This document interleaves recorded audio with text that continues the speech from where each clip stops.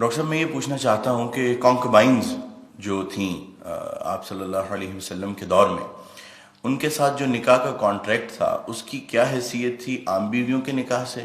مختلف کیا تھا اس میں؟ اور ان بطور بیوی ان کی حیثیت کیسی تھی اور ان کے ساتھ کس طرح کا معاملہ کیا جاتا تھا، اور بعد میں وراثت میں ان کا کیسا حصہ تھا؟ نیز یہ کہ کیا آج ان کی کوئی شکل معاشرے میں، کسی بھی معاشرے میں کیا باقی ہے یا اس کی کوئی اجازت ہے؟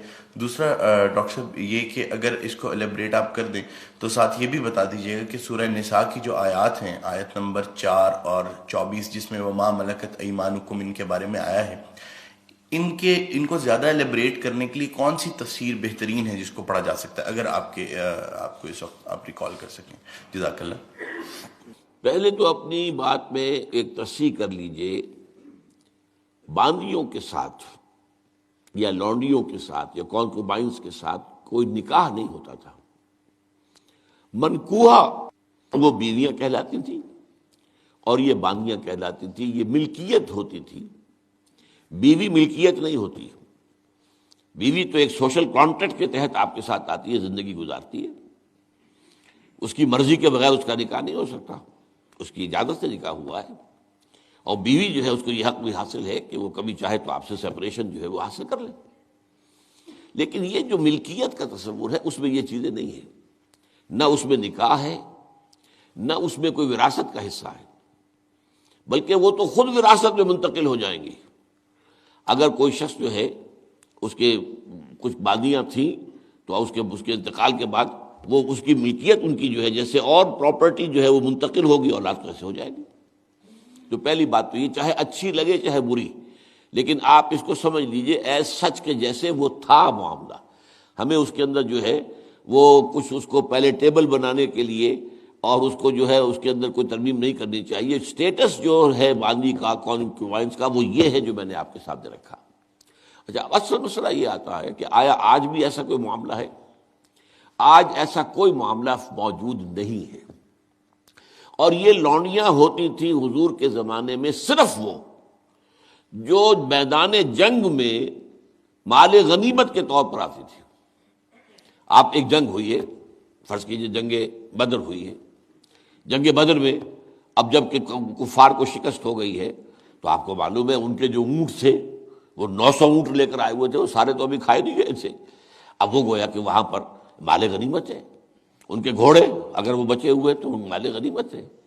وہ جو آدمی بھاگتا وہ اپنا اسلحہ بھی پھینکتا جاتا ہے تاکہ بھاگے اور جان بچائے، یہ سب کیا ہے؟ مال غنیمت ہے۔ ایسے ہی اگر وہاں کوئی عورتیں بھی آئی ہوں، میرے علم میں نہیں ہے کہ بدر میں آئیں یا نہیں آئیں، احد میں تو آئیں، لیکن بدر کے بارے میں مجھے یقین کے ساتھ معلوم نہیں ہے، لیکن اگر عورتیں بھی آئی ہوں تو وہ باندیاں ہوں گی، وہ تقسیم ہو جائیں گی۔ یہ جو اصل غلام کا اور باندی کا تصور ہے اسلام میں، یہ POW کا حل ہے، prisoners of war, what to do with them۔ یا تو اب آپ جو ہے بڑے بڑے جو ہے کنسنٹریشن کیمپس قائم کر دیجئے، ان میں پڑے سڑ رہے ہیں، وہ سب کے سب جو ہے کنسنٹریشن کیمپس کے اندر ہوتے۔ اب وہاں پر ان کا کیا معاملہ ہے؟ تو ان کے لیے اگر وہ مرد ہیں ان کے لیے ان کی کوئی جنسی تسکین کا کوئی سامان نہیں، اگر عورتیں ہیں ان کی جنسی تسکین کا تقاضے کا کوئی سامان نہیں۔ ہاں، کھانے پینے کو تو ظاہر بات ہے کچھ نہ کچھ راشن واشن جو ہے وہ تو جو بھی دنیا میں POWs کا معاملہ ہوتا ہے کھانے پینے کو دیا جاتا ہے۔ اسلام نے یہ کیا ہے کہ بجائے اس کے کہ POWs جو ہیں وہ اسلامی بیت المال پر بوجھ بن جائے، انہیں ایبزارب کرو معاشرے کے اندر، انہیں تقسیم کر دو لوگوں کے اندر، اور ان کی حیثیت غلام کی اور باندی کی ہوگی۔ انہیں آپ کو کھلائیں بھی وہ، حضور فرماتے ہیں جو خود کھاتے ہیں وہ کھلائیں، جو خود پہنتے ہو وہ پہناؤ، اچھے سے اچھا سلوک کرو۔ پھر ان کی ایمینسیپیشن کا ایک سلسلہ شروع کر دیا گیا، فلاں اگر تم سے گناہ ہو گیا ہے تو کفارہ یہ ہے ایک غلام آزاد کر دو، قتل خطا ہو گئی ہے، وہاں تم سے غلطی سے تمہارا ارادہ نہیں تھا، کوئی تمہارے ہاتھوں مارا گیا ہے، گولی چل گئی تم سے اور کوئی شخص جو ہے وہ مر گیا ہے، اس کے لیے بھی وہ غلام جو ہے آزاد کرو۔ گناہوں کے کفارے میں غلاموں کو آزاد کرنا، پھر غلاموں کو آزاد کرنے کی تلقین، نصیحت، پرسویشن، یہ نیکی کا بہت بڑا کام ہے، غلام کو آزاد کرو۔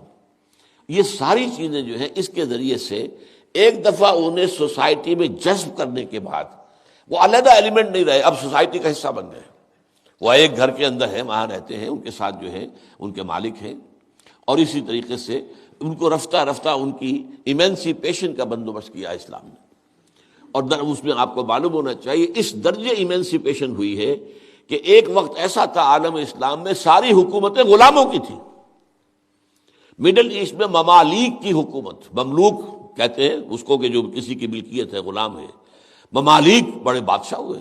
ہندوستان میں جو دہلی میں پہلی حکومت قائم ہوئی ہے وہ کون تھے؟ خاندان غلامہ، قطب الدین ایبک اور یہ بلبن، ایسے ایسے شاندار، اور جو ہے اور یہ التتمش، یہ کون تھے؟ غلام تھے. ہمارے بڑے بڑے دین کے علماء ائمہ غلام، چنانچہ بڑے علماء اساتذہ غلاموں میں سے. تو اسلام نے یہ راستہ اختیار کیا ہے. البتہ آخری سوال کا یہ ہے جو میرے اپنے ذہن میں ہے کہ اسلام نے اس انسٹیٹیوشن کو فائنلی ایبروگیٹ کیوں نہیں کیا؟ ایبروگیشن، جیسے آپ کو معلوم ہے سود کا معاملہ چلتا رہا، آخر میں آ کے سن 9 میں فائنلی طے کر دیا گیا حرام، اب اس کے قریب مت پھٹکو. اس کی حکمت میرے نزدیک یہ ہے کہ یہ خالص اسلامی جہاد ہونا ہے قیامت سے قبل ایک مرتبہ بہت بڑے پیمانے پر، جس کو کہا گیا ملاحم، اور جس پر پورے پورے باب جو ہیں وہ احادیث کی کتابوں میں ہے. اس وقت میں سمجھتا ہوں کہ ضرورت پیش آئے گی اس انسٹیٹیوشن کو انووک کرنے کی کہ اس وقت پرزنرز آف وار کا معاملہ اس طور سے ڈیل کیا جائے.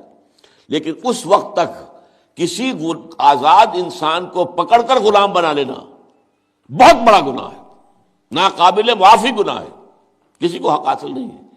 یہ جو امریکنز لے گئے تھے، آپ کو معلوم ہے یہ افریقہ کے مغربی ساحل کے ساتھ ساتھ وہاں سے یہ لوگ لے کر گئے پکڑ پکڑ کر ان کو، افریقیوں کو، اور وہاں جا کر انہیں غلام بنایا ہے اور شدید ترین جو ہے سختیوں میں انہیں رکھا ہے. یہ معاملہ اسلام میں نہ کبھی ہوا ہے، نہ اس کی کوئی اجازت ہے. کسی غلام، کسی آزاد انسان کو پکڑ کر زبردستی غلام بنا لینا، اس کی نہ کبھی اجازت رہی ہے نہ کبھی ہوگی. البتہ پرزنرز آف وار کے معاملے میں یہ شکل ہے جو اسلام میں رہی ہے، اور ہمیں اسی طریقے سے سمجھنا چاہیے. چاہے ٹھیک ہے دنیا اس کے اوپر فکرے چست کر دے گی، یا کوئی اس کو کہے گی، پاس بہت سی چیزیں ہیں کہ جو لوگوں کے عام جو مزاج اس وقت کا ہے وہ اس میں وہ ذرا آسانی سے وہ بات جو ہے ان کے ذہن کے اندر اترتی نہیں ہے.